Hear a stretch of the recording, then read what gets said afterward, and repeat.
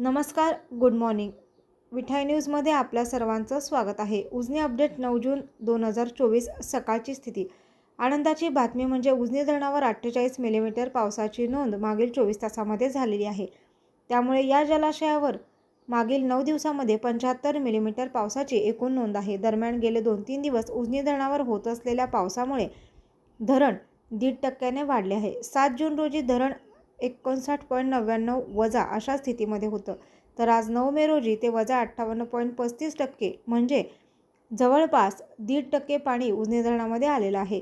धरणामध्ये 7 जून रोजी सकाळी जो एकूण पाणीसाठा होता तो 31.52 आणि आज 9 जून रोजी 32.40 TMC इतका झाला आहे. जवळपास 1 TMC पाणी धरणामध्ये या पावसामुळे वाढलेलं आहे.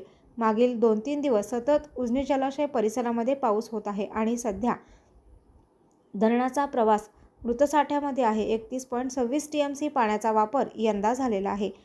आता पावसाची तीव्रता कमी झाली आहे, त्यामुळे बाष्पीभवन कमी झालेलं आहे. मागील 24 तासामध्ये 4.58 मिलीमीटर म्हणजेच 0.41 लक्ष घनमीटर पाण्याचं बाष्पीभवन नोंदलं गेलं आहे. भीमा खोऱ्यामध्ये अनेक ठिकाणी चांगल्या पावसाची नोंद आहे. उजनीच्या पाणलोट क्षेत्रामध्ये भिगवण येथे 48 मिलीमीटर, याचबरोबर पळसदेवला 46 मिलीमीटर पावसाची नोंद आहे.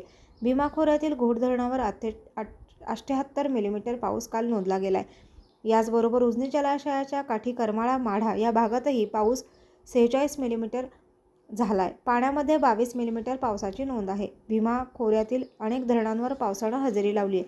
पुणे भागातही पाऊस आला. येरवडा भागामध्ये 131 मिलीमीटर पावसाची नोंद झाली आहे. कासारसाई धरण आहे ते 27 मिलीमीटर पाऊस झाला आहे. टेमघर 66 मिलीमीटर पावसाची नोंद आहे.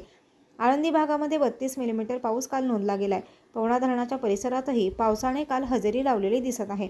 अनेक प्रकल्पांवर काल पाऊस झालेला आहे. याचबरोबर खडकवासला प्रकल्प जो आहे तिथे 72 मिलीमीटर पाऊस काल नोंदला गेला आहे.